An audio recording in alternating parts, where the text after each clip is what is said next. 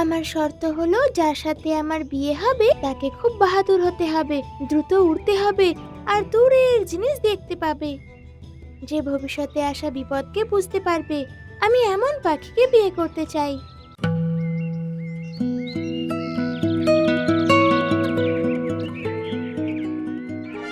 ছুটকু রাজা পাখিদের রাজা ছিল। ওনার একটা রাজকুমারী ছিল যার নাম ছিল চুটকি।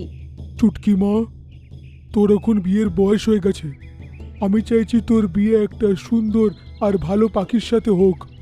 তাই জন্যে আমি নিজের মন্ত্রী কাককে তোর জন্য একটা ভালো সম্বন্ধ আনতে বলেছি। আমি বিয়ে তো করব, কিন্তু একটা শর্ত আছে। শর্ত? কিরম শর্ত?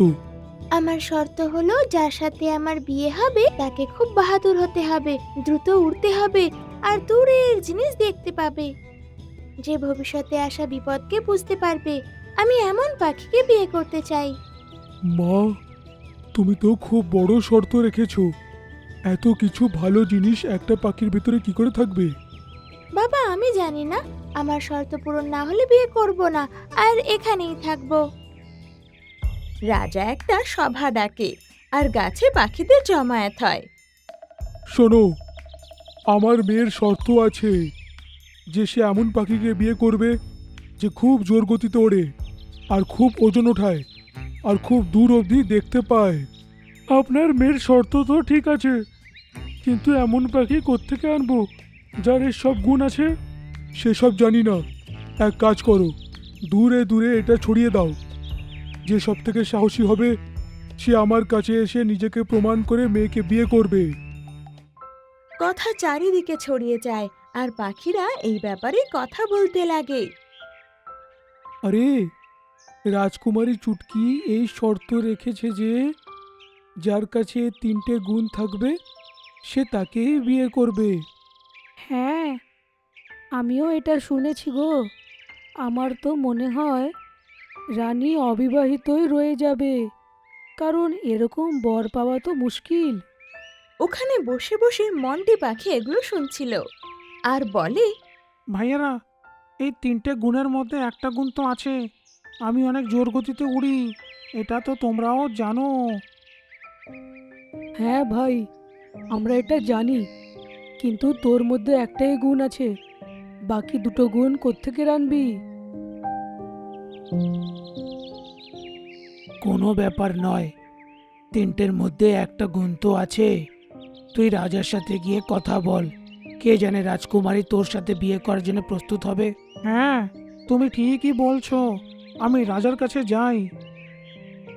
ছুটকু রাজার কাছে গিয়ে মন্টি পাখি বলল, রাজামশাই, আমি আপনার মেয়ের শর্তগুলো শুনেছি। আমার মধ্যে গুণ আছে, আমি খুব জোর গতিতে উঠতে পারি। হ্যাঁ, কিন্তু কিভাবে মানবো? তোমাকে আমাদের সৈন্য ঈগলকে হারাতে হবে, তবেই গিয়ে আমি এই কথায় একবারে বিশ্বাস করব। ঠিক আছে, আমি রাজি। তারপর চিল আর মন্টির রেস হয় আর মন্টি চিলের থেকে দ্বিগুণ তেজে ওড়ে।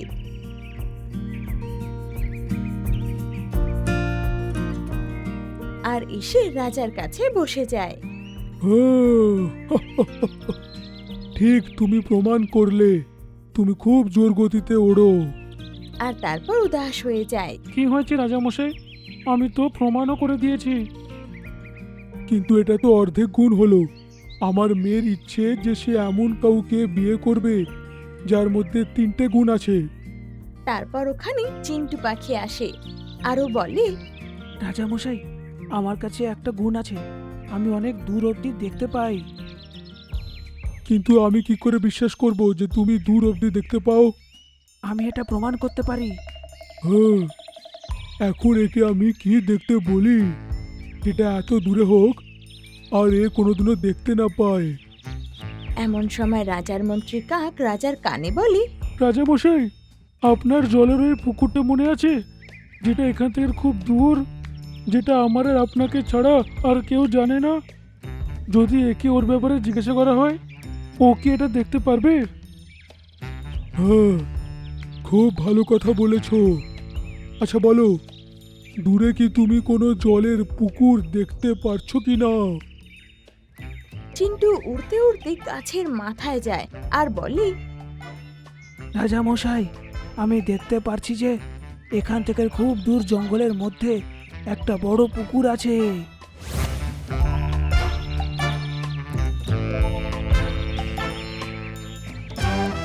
বাহ, একদম ঠিক দেখেছো, মেনে গেলাম তোমাকে। তারপর সেখানে তৃতীয় পাখি উড়তে উড়তে আসে, যার নাম চিকু ছিল। রাজা মশাই, আমার মধ্যে গুণ আছে যে আমি অনেক ওজন নিয়ে আকাশে উড়তে পারি। আচ্ছা, তুমি এটা প্রমাণ করে দেখাও, আমি মেনে যাব। ঠিক আছে, আমায় বলুন কাকে ধরে ওঠাতে হবে। আমায় আর আমার মন্ত্রী আর এখানে দাঁড়িয়ে থাকা সব পাখিদের আকাশে উড়িয়ে নিয়ে চলো। ঠিক আছে, সবাই একটা ঝুড়িতে বসে পড়ো। সব পাখিরা এবার একটা ঝুড়িতে বসে যায় আর চিকু ঝুড়িটাকে পায়ে ধরে উড়তে লাগে।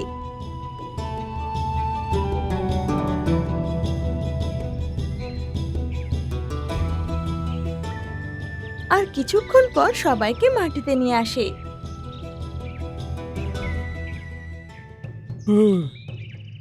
আমি 3টে গুণ তো পেয়ে গেছি, কিন্তু 3টে আলাদা আলাদা পাখির মধ্যে কি যে করব কিছুই তো বুঝতে পারছি না। তখনই সেখানে চুটকি আসে আর বলে, বাবা, তোমার সমস্যার সমাধান আমার কাছে আছে। কি? আমাকেও বল, আমি তো খুব চিন্তিত আছি যে কার সাথে বিয়ে দেব তোর। আমি এই 3জনকেই বিয়ে করে নেব। তুই এটা কি বলছিস ছুটকি? আজ পর্যন্ত এরকম হয়নি। আজ পর্যন্ত হয়নি তো কি হয়েছে, আজকে হবে। আমার এই 3জনকেই খুব পছন্দ, 3জনকে বিয়ে করতে রাজি আমি। তোমরা 3জন তৈরি আছো? হ্যাঁ, আমাদেরও কোনো আপত্তি নেই। তারপর চুটকির বিয়ে 3জন পাখির সাথে হয়ে যায়। তারপর সেই 4জন মিলে সুখে সংসার করতে লাগে। এতে আমার কোনো ভুল নেই। আমাকে যে ভগবান এই সিংটা দিয়েছে না, এটা দিয়ে যদি কাউকে একবার ধাক্কা না মারি বা গাছ না ভাঙি, মজাই আসে না। তোমরা নিজেদেরকে বাঁচাও। একবারের কথা, জঙ্গলে অনেক ভালো আবহাওয়া ছিল আর সব জানোয়ার দুপুরবেলায় খেলাধুলোর মজা নিচ্ছিল।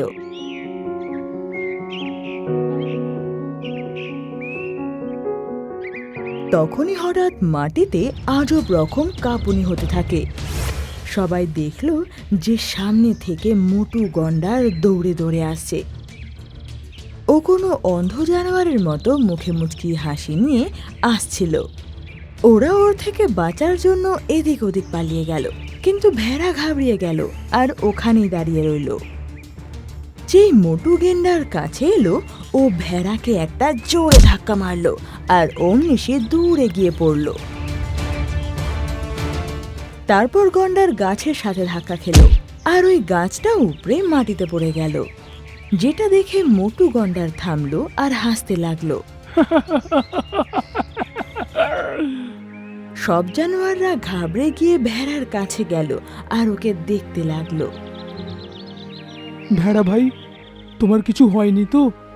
শুনে ভেড়া দাঁড়ালো আর কষ্টের আওয়াজে বলল, আহ, আঘাত তো লাগেনি, কিন্তু খুব ব্যথা হচ্ছে। আহ, মোটু, তুই দেখে দৌড়াতে পারিস না? এখন যদি ভেড়ার কিছু হয়ে যেত? তুমি সব সময় এটাই করো, কোনো না কোনো জানোয়ারকে এসে আঘাত করে দাও আর প্রায় কতগুলো গাছ তোমার জন্যে ভেঙে যায়। এতে আমার কোনো ভুল নেই। আমাকে যে ভগবান এই সিংটা দিয়েছে না, এটা দিয়ে যদি কাউকে একবার ধাক্কা না মারি বা গাছ না ভাঙি, মজাই আসে না। তোমরা নিজেদেরকে বাঁচাও। মনে হয় তুমি খেয়াল করনি আমার 2টো দাঁত আছে, সেটাও তোমার সিংহের থেকে বড়, কিন্তু আমার এতে কাউকে আঘাত করতে বা জঙ্গলের গাছ ভেঙে দিতে একদমই ভালোই লাগে না। তাহলে তুমি কেন করো এটা? সেটা তোমার মাথা ব্যথা হাতি, আমার তো খুব মজা লাগে। বলে মোটা গন্ডার ওখান থেকে চলে গেল। আর সব জানোয়াররা শুধু রেগে থেকে গেল। এই মোটা গন্ডার আমাদেরকে খুব বিরক্ত করে আর প্রায় দিনই গাছ ভেঙে দিয়ে জঙ্গল নষ্ট করে দেয়। কে জানে কবে যে ছাড়া পাবো। হরিণী সব জানোয়ারদের মধ্যে সব থেকে চালাক ছিল। ও এখন এটা ভাবতে লাগলো যে মোটু গন্ডারের থেকে কিভাবে বাঁচা যায়। একদিনও হাতি ও ভেড়ার সাথে এরকম ভাবে জঙ্গলে ঘুরছিল।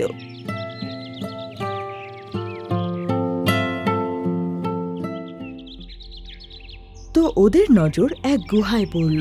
দেখো বন্ধুগণ, এই গুহাটা কত বড় আর কি গভীরও।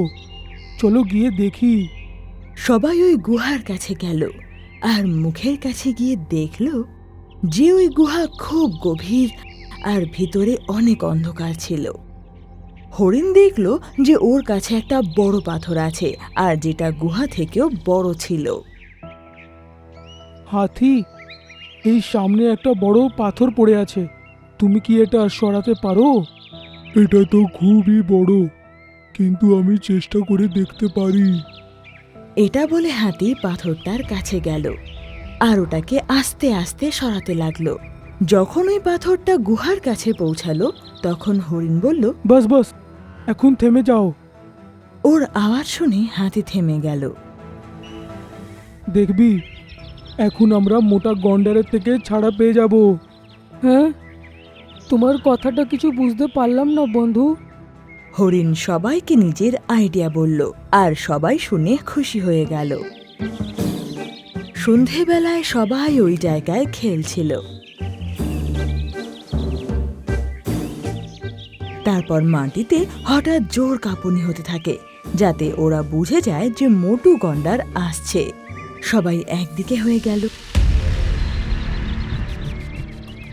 আর মোটু গন্ডার আরো একটা গাছ ভেঙে ফেললো আর ওখানে দাঁড়িয়ে দাঁড়িয়ে হাসতে লাগলো। বাকি জানোয়াররা ওকে দেখে হাসতে লাগলো। তো ও আশ্চর্য হয়ে গেল। হ্যাঁ, কি হলো? তোমরা হাসছো কেন? হ্যাঁ, তুমি কি জানো না জঙ্গলে নতুন গন্ডার এসেছে? ও তোমার সাথে লড়াই করতে চায়। এখন আমরা তোমার থেকে ছাড়া পেয়ে যাব। তোমার মনে হয় আমার জায়গা অন্য কেউ নিতে পারে? হ্যাঁ, হ্যাঁ, আমরা ওকে দেখেছি। ও তোমার থেকে খুব শক্তিশালী। ও বলেছে যে তোমাকে ভয় পাইয়ে জঙ্গলের থেকে তাড়িয়ে দেবে। শুনে মোটু গন্ডার রেগে গেল আর বলল, আচ্ছা, তাহলে আমি এখানে থেমে ওর অপেক্ষা করি। ওকে আজ মেরে দিয়েই যাব। শুনে সব জানোয়াররা একসাথে হাসতে লাগলো। আর হরিণ বলল, হ্যাঁ, আমরা ওর গুহা জানি। তোমার সাহস থাকলে বলো, এখনই মোকাবিলা করার জন্য তৈরি আছো? একদম। কোথায় তোমার ওই নতুন গন্ডার যে আমার সাথে মোকাবিলা করার সাহস রাখে? শুনে সব জানোয়াররা একে অপরকে দেখে খুশি হয়ে গেল। ওদের নিজেদের উপায় কাজ করতে চলেছিল। তারপর সবাই ওকে নিয়ে গুহার দিকে চলে গেল। হ্যাঁ, কি মোটু, তোর কি ওকে ডাকতে ভয় করছে? শুনে মোটু রেগে গেল আর গুহার মুখের কাছে গিয়ে চেঁচালো, ওই গন্ডার, যদি সাহস থাকে তুই এসে আমার মোকাবিলা কর। ও শুধু এতটা বলল আর কিছুক্ষণ পর ওরই আওয়াজ নিজেই শুনতে পেল। ওই গন্ডার, যদি সাহস থাকে তুই এসে আমার সাথে মোকাবিলা কর। ওই দেখো, ও তো তোমাকে এখনো ভয় পাওয়াচ্ছে। তোমার কি ভেতরে যেতে ভয় লাগছে? হ্যাঁ, আমি এখনই এই গুহায় গিয়ে ওকে শেষ করে আসছি। তারপর তোমরাও জেনে যাবে কে কাকে ভয় পায়। বলে মোটু গন্ডার দৌড়ে গুহার দিকে চলে গেল। আর তখনই হরিণ হাতিকে বলল, হাতি, শিগগিরই এই পাথরটাকে সরিয়ে গুহার মুখটা বন্ধ করে দাও। ওর কথা শুনে হাতি পাথরের কাছে গিয়ে ওটাকে ঠেলা আরম্ভ করলো। মোটুর রাগের মাথায় গুহার অনেক ভেতরে ঢুকে গেল আর এখন সেখানে শুধুই অন্ধকার ছিল। কোথায় গেলি তুই? তোর গুহাতে আমি ঢুকে পড়েছি। সামনে আয় তুই আমার। কোথায় গেলি তুই? তোর গুহাতে আমি ঢুকে পড়েছি। সামনে আয় তুই আমার। এখন আবারও নিজের আওয়াজ শুনতে পেল। ও বুঝে গেল যে ওকে বোকা বানানো হয়েছিল। ও ভীষণ রেগে গেল আর গুহার মুখের দিকে দৌড় লাগালো। কিন্তু ততক্ষণে হাতি পাথরটা ঠেলে গুহার মুখ অবধি নিয়ে গিয়েছিল। মোটু ভীষণ জোরে দৌড়ে মুখের কাছে পৌঁছেছিল, কিন্তু যতক্ষণে ও পৌঁছালো ততক্ষণে গুহার মুখ পুরোপুরি বন্ধ হয়ে গিয়েছিল। তবুও ও পুরো শক্তি দিয়ে পাথরটাকে ধাক্কা দিল, কিন্তু পাথর নড়ল না। এটা সরাও, সরাও এটা। তোমরা আমাকে প্রতারণা করে ভালো করলে না। এখন তুমি গুহা থেকে বাইরে আসার পরে আমাদের সাথে কথা বলো মোটু। বলে সব জানোয়ার হাসতে লাগলো। খুব ভালো হরিণ, তোমার কারণে আজ আমরা গন্ডারের থেকে ছাড়া পেয়ে গেলাম। সত্যি হরিণ, তুমি তোমার চালাকির ভালো ব্যবহার করলে। হরিণ হাসল আর বলল, যদি তোমরা না থাকতে তাহলে আমার চালাকি কোনো কাজের ছিল না। হ্যাঁ, তোমরা অনেক সাহায্য করেছো। চলো, এখন এখানে থাকার কোনো দরকার নেই। শুনে সবাই ওখান থেকে চলে গেল।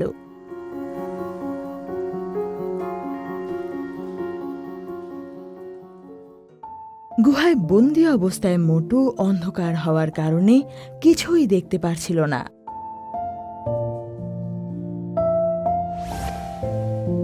ও শুধু এদিক ওদিক ধাক্কা মেরে নিজের শিঙে আঘাত করছিল।